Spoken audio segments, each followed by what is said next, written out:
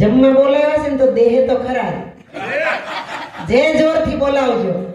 આંકડિયા ગામ કેટલું મોટું મેં તેવું સાંભળ્યું છે. અહીં બહુ જાજી વસ્તી છે પણ અહીં બેઠા છે કેટલા આપણા હોય ને જ બે.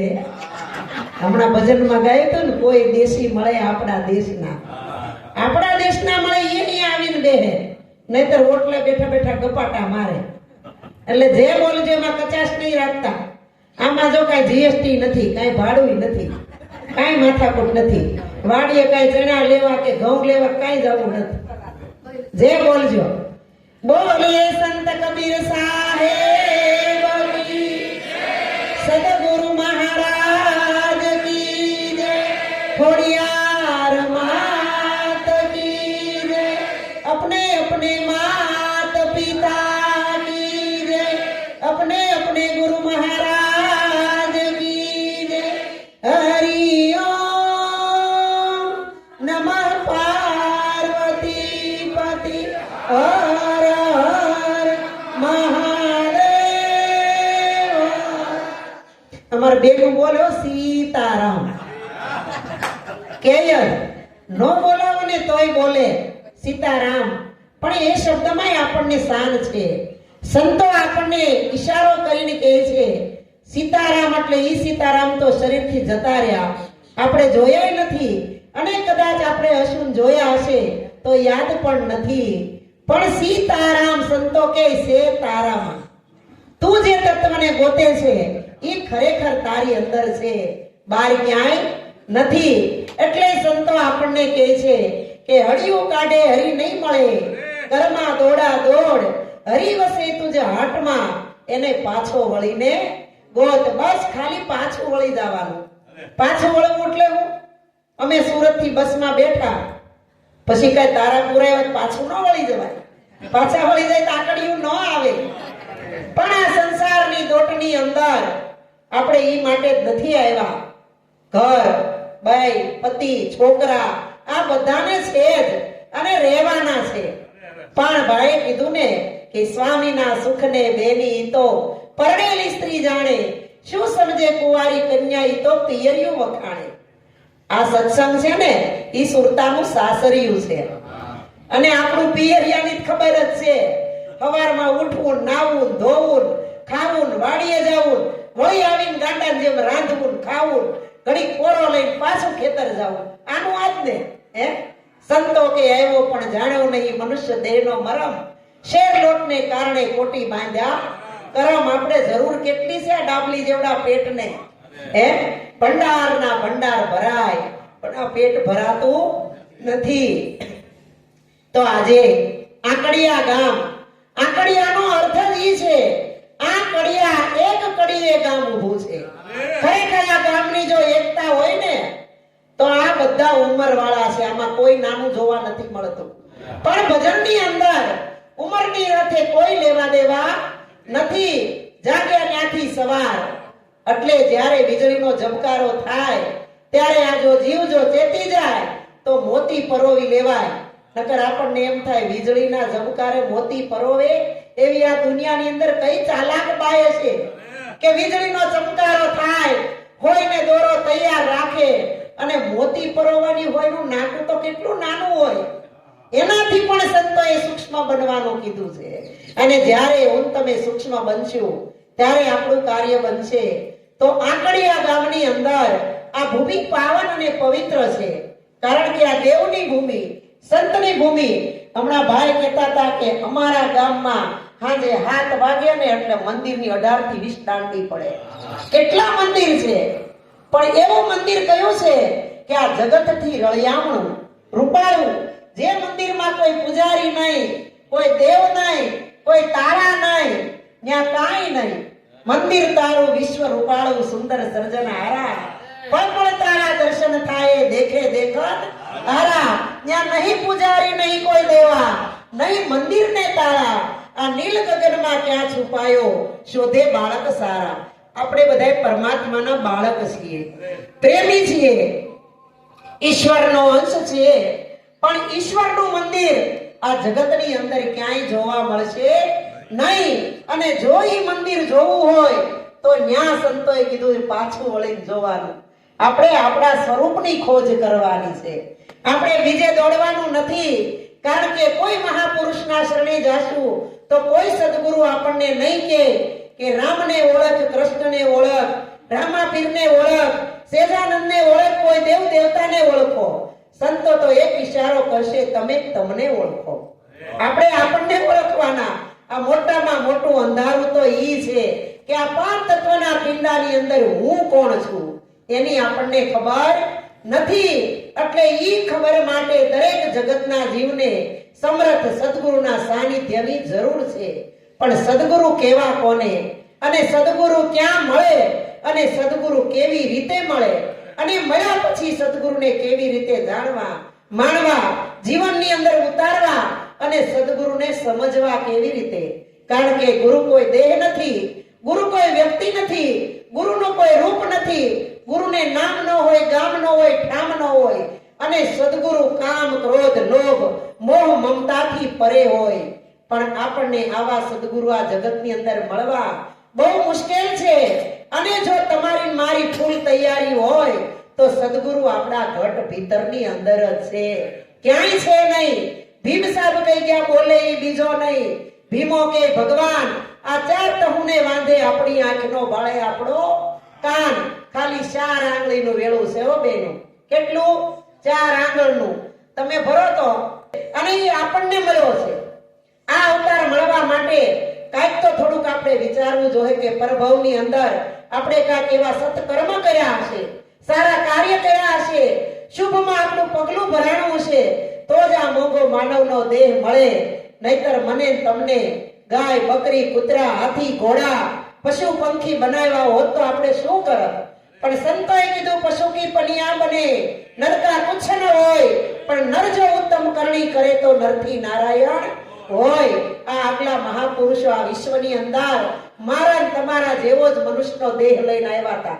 કોઈને 2 મોઢા કે 4 પગ કે 4 હાથ કે 2 પેટ કે 2 વાહા કોઈને નહોતા. હમણાં ભાઈએ ભજન ગાયું, નાગજી ભાઈએ, કે પ્રથમ પહેલા સમરીએ સ્વામી તમને સુટાળા. આ સદગુરુ ગણપતિ. હવે ગણપતિની સ્થાપના ક્યારે થાય? કે જ્યારે એક સ્ત્રી અને પુરુષના લગ્ન થાય ત્યારે ગણપતિની સ્થાપના કરે, અને ગણપતિથી જ કાર્ય પૂરું કરે. છેલ્લે પરણીને ઘરે આવે, ગણપતિને પગે લાગી અને પછી બધું કાર્ય પૂરું કરે. પણ શંકર આપણે પાર્વતી મારા તમે પ્રેમેથી જોઈ લ્યો પ્યારા. ખરેખર મારા તમારા જીવનની અંદર ઘટે ને તો પ્રેમ ઘટે છે, બીજું કાંઈ ઘટતું નથી. આમાં આપણું આંખ્યું છે, આંખ્યું. આ આંખ્યું ભગવાને અહીંયા લગાવી હોત તો આપણે કેવા લાગત? વિચાર કર્યો કોઈ દી કે આ પરમાત્માએ મને રૂડો રૂપાળો દેહ આપ્યો, જે વસ્તુ જ્યાં મૂકવાની હતી એ જ જગ્યાએ મૂકી છે. જરીક આંખ ત્રાહી મૂકી હોય તો આપણે કેવા લાગી? હે, ભગવાને બધું સહી સલામત મૂક્યું.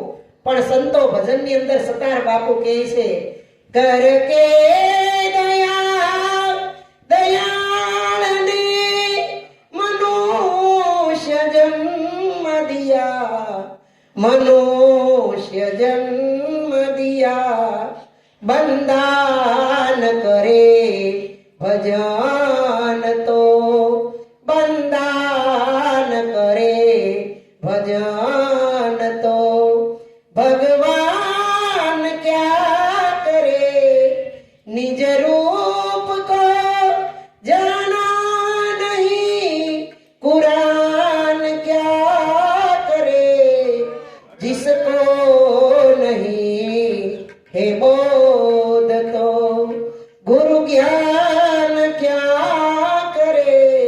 સંતોએ કીધું કે કરકે દયા દયાળ ને મનુષ્ય જન્મ દે દિયા, બંદાન કરે ભજન તો ભગવાન ક્યાં કરે.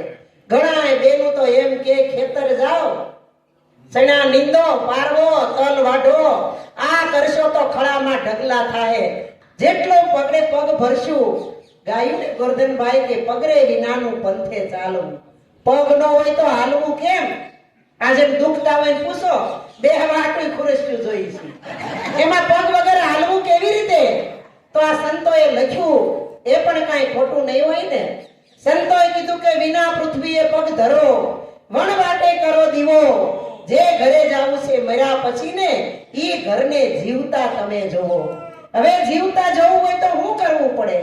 એક સંતે એમ કીધું, જ્યારે જોવું ત્યાં નર જીવતા રે, હે જીવન મરેલા મળે નહીં કોઈ રે, એવા મરેલા મળે તો મોજું માણીએ રે. એક બાજુ એમ કહે છે કે જે ઘરે જવું મર્યા પછી ઈ ઘરને જીવતા જુઓ. એક બાજુ સંત એમ કહે છે હું તો જ્યાં જોઉં ત્યાં નકરા જીવતા ને જીવતા, મરેલો કોઈ મળતો નથી. જો મરેલો મળે તો મોજું માણી.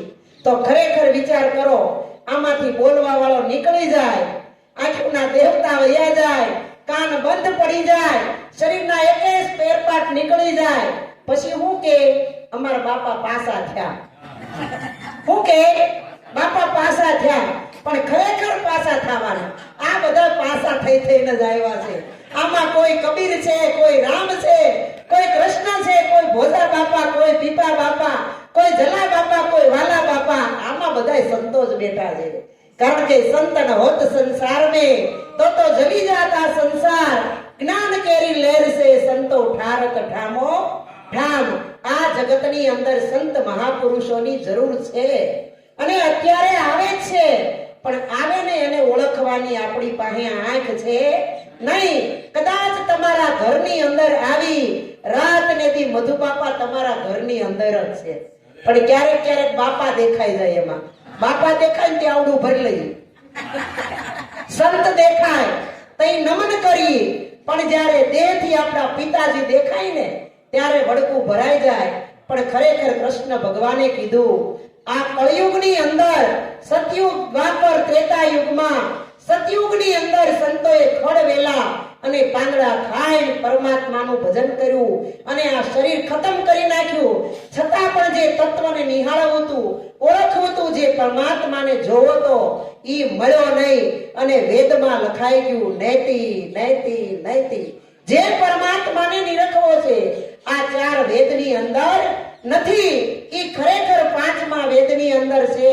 પણ તો અહીંથી કોઈ પ્રશ્ન કરશે કે પાંચમો વેદ અમે તો કોઈ દી વાંચ્યો નથી, સાંભળ્યો નથી, કે શાસ્ત્રોમાં લખાણ પણ નથી અને પાંચમો વેદ જોયો પણ નથી. પણ સંતો આપણા એવું કહી ગયા કે પાંચમો વેદ જોવા એવો નથી, લખાય એવો નથી, લખીને ભૂસાય એવો નથી. પાંચમો વેદ છે જેને સંતોએ સૂક્ષ્મ વેદ કીધો છે. અને એ સૂક્ષ્મ વેદ લખવામાં ન આવે, એ સંતોના મુખની અંદર હોય. અને જ્યારે સંતોની પાસે બેહો, એના મુખની વાણી સાંભળો ને, ત્યારે આપણા જીવનની અંદર ચેતનતા પ્રગટ થાય. અને જેની અંદર ચેતના પ્રગટ થઈ ગઈ ને એને પછી આ પાંચ તત્વના પિંડાની અંદર પરમાત્મા ઓળખાય, ઓળખાય અને ઓળખાય. આના માટે ક્યાંય જવું પડે નહીં. એટલે મીરાબાઈએ કીધું, અરે તમે શું કરશો જઈ વન મારે હરી વસે હરિના જન્મમાં, અરે હરી વસે હરિના જન્મમાં. ઘણાય આ સંસારને કડવો, ખાટો, તીખો, ખોરો, મીઠો, કઈ કઈ કેટલાય આમાંથી નીકળી ગયા, સાધુ થઈ ગયા, કોઈ બાબા થઈ ગયા, કોઈ ઘર છોડીને વયા ગયા. પણ સંતોએ કીધું, જય જઈને ક્યાં જાશો, ક્યાં ભટકશો?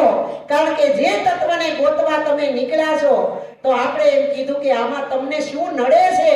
તો કે આ માયામાંથી બહાર નીકળી શકીએ નહીં અને ભગવાનનું ભજન થતું નથી.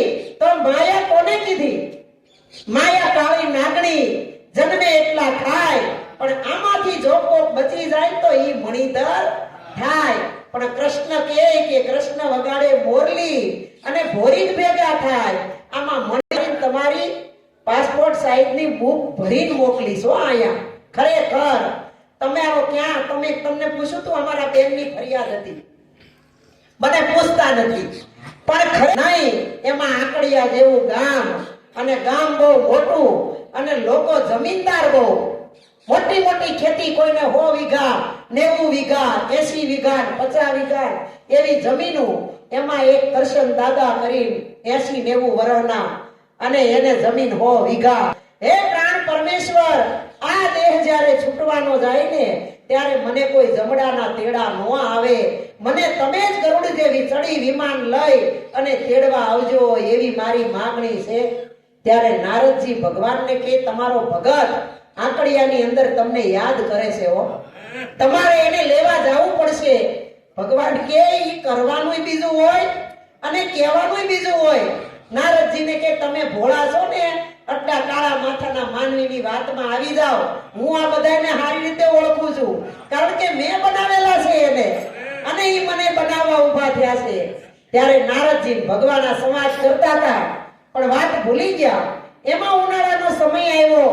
ઉનાળામાં તો ગરમી બહુ થાય ને, આપણને થાય એવું નહીં, નારદજીને વિષ્ણુ ભગવાનને ગરમી થાય, એને દેહ હોય તો એને ગરમી થાય.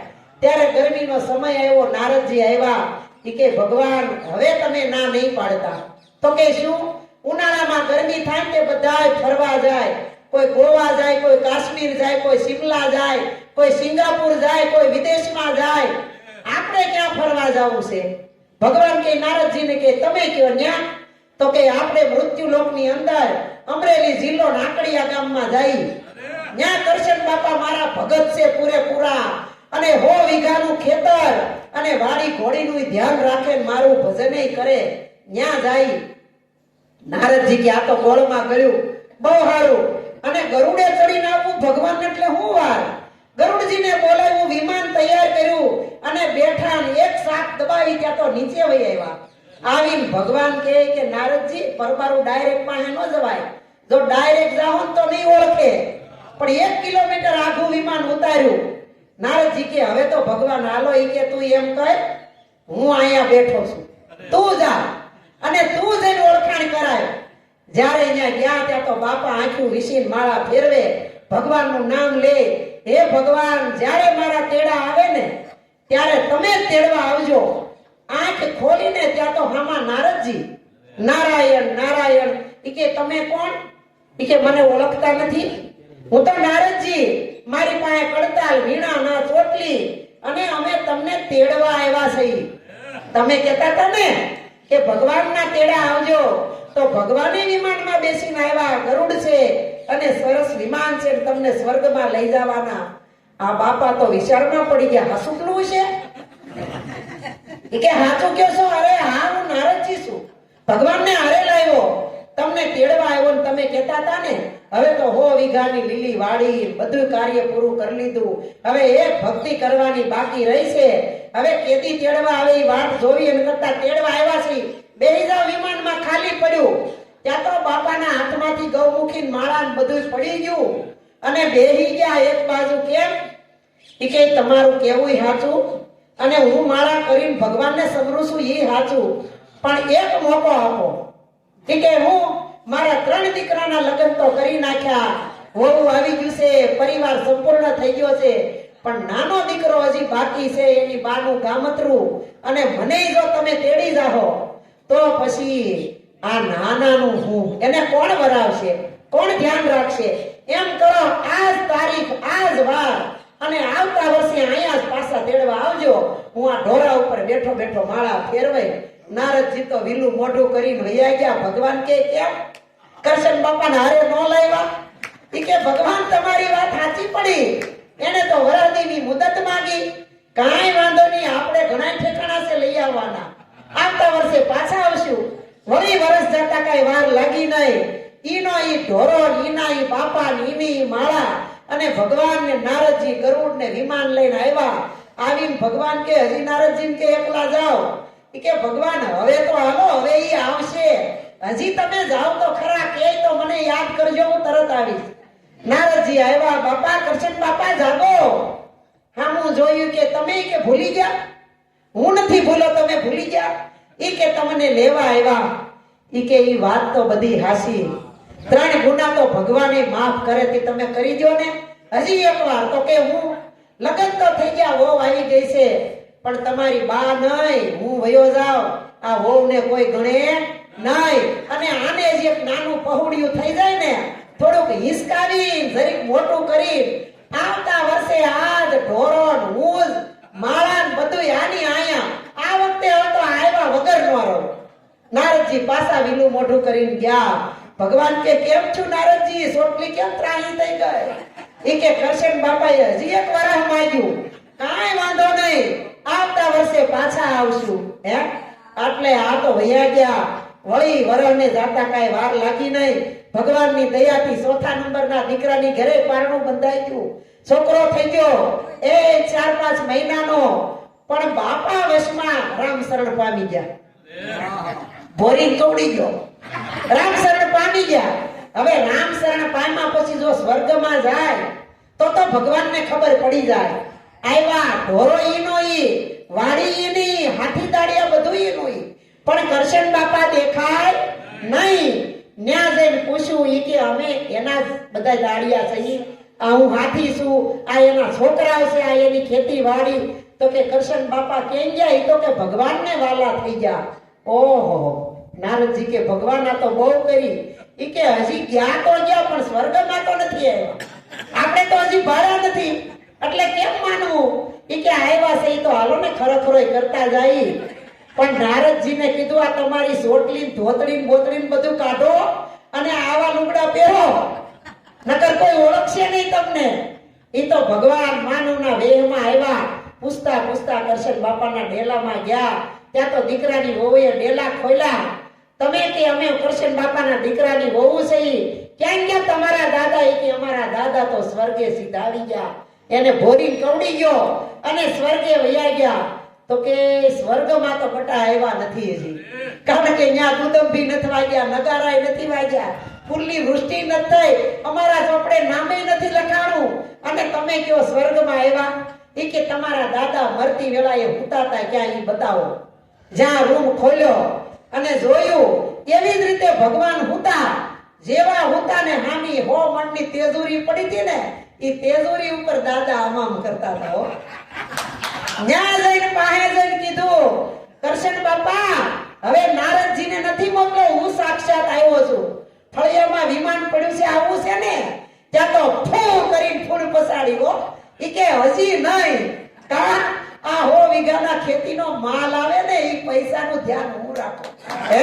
એટલે આ માયા કાળી નાગડી જન્મે એટલાને ખાય. આમાંથી જો કોઈ નીકળી જાય ને તો ઈ મણિધર થાય. મણિધર થાવું એટલે શું? આપણે કઈ એવું નથી થવાનું. મણિધર એવું થઈને કદાચ કોકના ઘરમાં ઘરશું ને તોય આપણને કોઈ પગે લાગશે નહીં. એ તો સીતરામણનો નાગ હોય ને, ન્યા મારી બેનું શ્રાવણ મહિનાનો હોમ મારે, તલવટ સાંટવા જાય, વાડીએ જાય, બધે નાગલા સડા. ફરે દીવાની શું કરે માં અભિમાની રે, શું કરે માં અજ્ઞાની રે, ભૂલી ભૂલી દુનિયા ફરે દીવાની.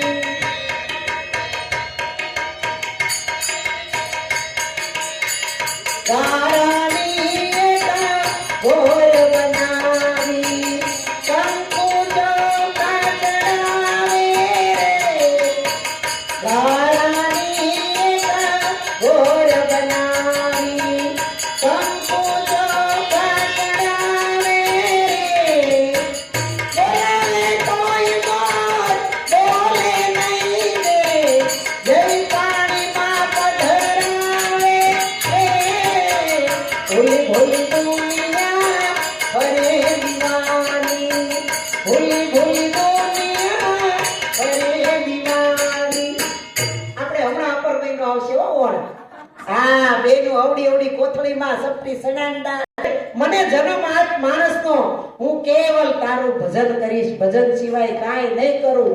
પણ ભગવાનને દયા આવી અને જેવો આ પૃથ્વીને વિશે મૂક્યો, જન્મ થયો, નાળ કાપ્યું અને તરત ને તરત ભગવાનને જીવને શિવને છેટું પડી ગયું. બે જ શબ્દ, ઉવા ઉવા.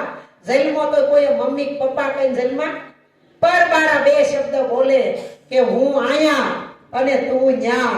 મારે ને તારે લાખો યોજનનું છેટું પડી ગયું. ઈ છેટું પડેલો તાર તૂટેલો ઈ આપણને કોઈ જીવનની અંદર કબીર સાહેબ, કોઈ નિરાંત બાપુ, કોઈ ઉગમ ફોજ, અરે કોઈ પણ સંત મળે તો આપણને પરમાત્માનો તાર પાછો લગાડી દે.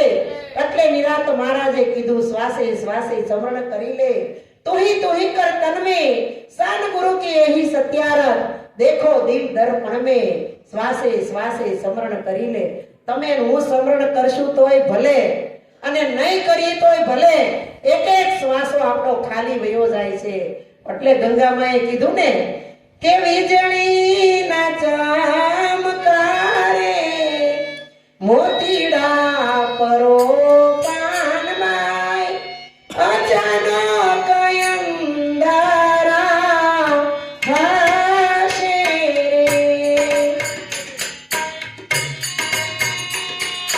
જોતરે જોતામાં દિવસ ગયા રે જીરા પાનવા એક વિશાળ સંદેકાર થાશે આપણા ને મારા ને તમારા દિવસો જોત જોતામાં કઈ વહી જાહે ઈ ખબર નહીં પડે આ ગંગામાન પાનબાઈ કેવી નિશાળમાં ભણ્યા હશે ઘણા અત્યારે એમ કે ભજન તો કરવું અમને આવડતું નથી કેમ કે ભણેલા ભૂલી જાય એમાં તો જ્ઞાનીઓ ગોથા ખાય અગમ પંથ એવો રે એમાં ભણેલા ભૂલી જાય વિના જીભરડીએ કરે નર વાતડી અને ગળા વિનાનો ગાય અને બેરો સાંભળીને પાડે બરાડા ઓલો લંગડો દોડ્યો જાય અગમ પંથ એવો એમાં ભણેલા ભૂલી જાય આ જીભ વિનાનો દાંત વગેરે હોય તો આપણે સાકર સાવી હોય તો સવાય કોઈ દી હે તો આ સંતોએ લખ્યું ઈ કાઈ ખોટું નહીં હોય ને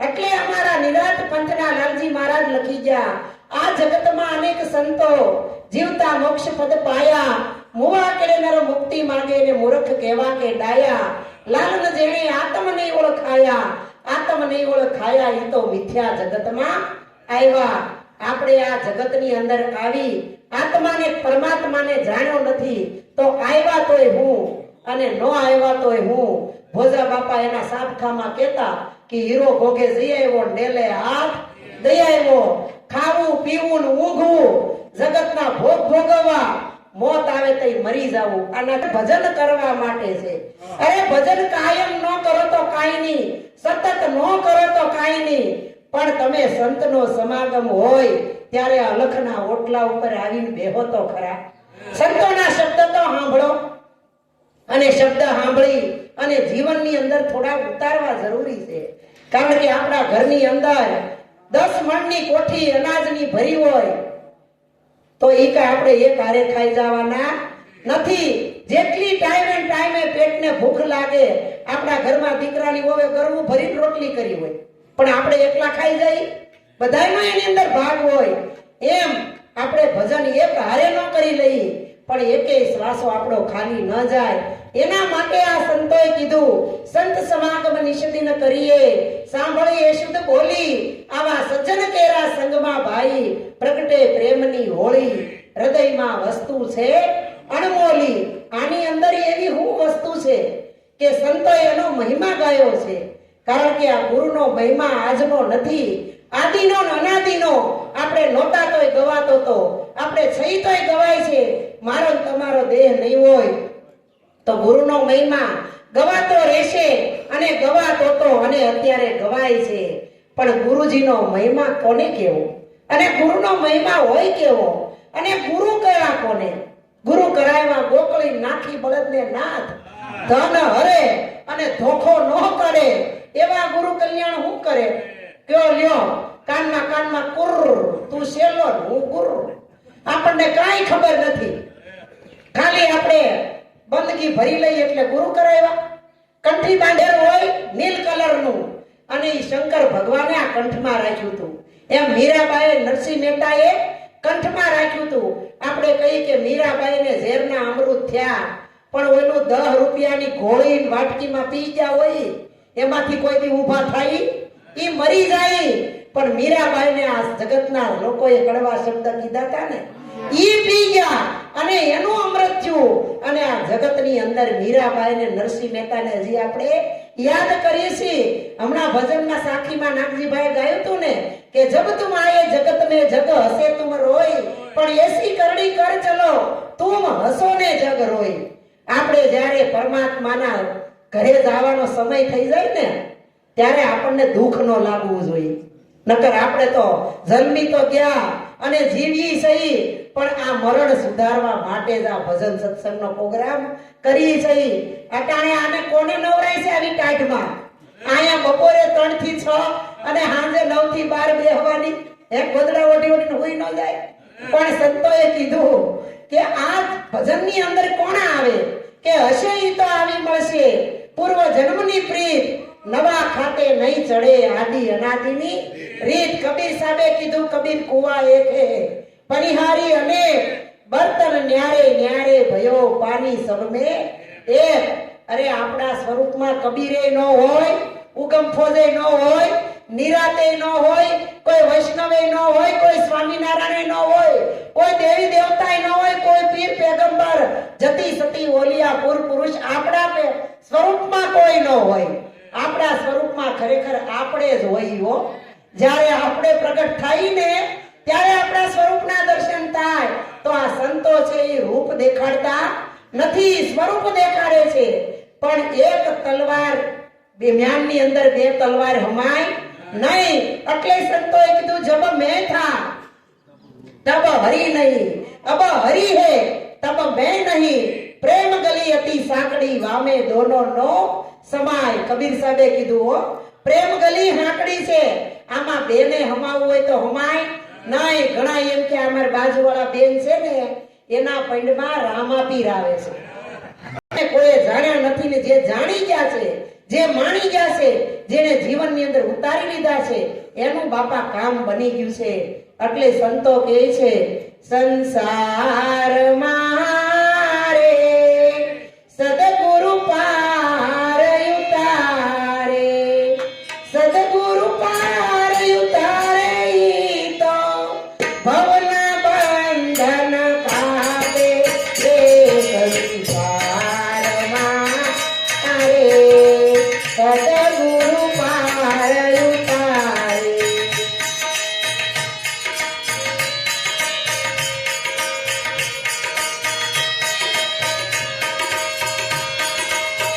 એમ પિતાને પુત્રની માયા, એમ ગુરુ લાડ લડાવે લડાવે, એમ ગુરુ લાડ લડાવે.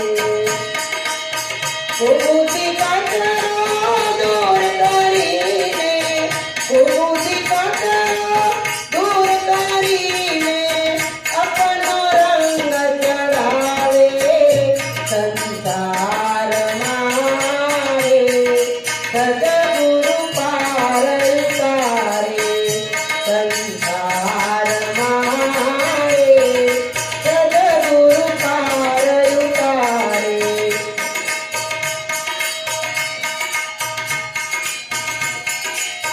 મનુષ્ય દેહ મોગ મૂલ્ય મળે નહીં વારંવારે વારે, મળે નહીં વારંવારે. ભવસાગરની ઉલવણીમાં, ભવસાગરની ઉલવણીમાં સીધને પાપા મારે સંસારમાં રે સદગુરુ પાર ઉતારે, સંસારમાં રે સદગુરુ પાર ઉતારે. આ સંસારની અંદર સદગુરુ પાર ઉતારે અને ભવો ભવના બંધન કાપે. ખરેખર આ જગતના જીવને જો બંધન હોય ને તો જન્મ અને મૃત્યુનું બંધન છે. આ બંધનમાંથી જે છૂટેલો હોય ને ઈ છોડાવી શકે. બંધાણેલો હોય ઈ કોઈ દી બંધન મુક્ત કરે નહીં. પણ સદગુરુ એવા સંત છે જે આ જીવ ઉપર દયા કરી અને બંધન મુક્ત કરે છે. પણ મુક્ત થાવું કે ન થાવું ઈ કાર્યક્રમ આપણે ગોઠવવો પડે હો. ગુરુ મહારાજે તો આપણને મુક્ત કરી દીધા કે તું આ જગતની અંદર ખરેખર મુક્ત છો. કારણ કે તું તને ઓળખતો નથી, તને ઓળખતો નથી એટલે ભગવાનને ઓળખવાનો કોઈ મેળ પડવાનો નથી. અને ભગવાનને જ્યાં સુધી નહીં ઓળખે ત્યાં સુધી જન્મ મરણના ફેરામાંથી ટાળવું અશક્ય છે, કોઈ દી શક્ય નથી. અને જન્મ મરણના ફેરામાંથી મુક્ત નહીં થવાય ત્યાં સુધી આ કોણ બોલે ને ક્યાંથી બોલે એની આપણને ખબર પડશે નહીં. માટે સંતો કહે છે બોલે ઈ બીજો નહીં, જે પરમેશ્વર પોતે અજ્ઞાનીનો આંધળો એને આગો રહી રહે ગોતે. આ બોલે ઈ જ ભગવાન છે, પણ દેખાતો કેમ નથી?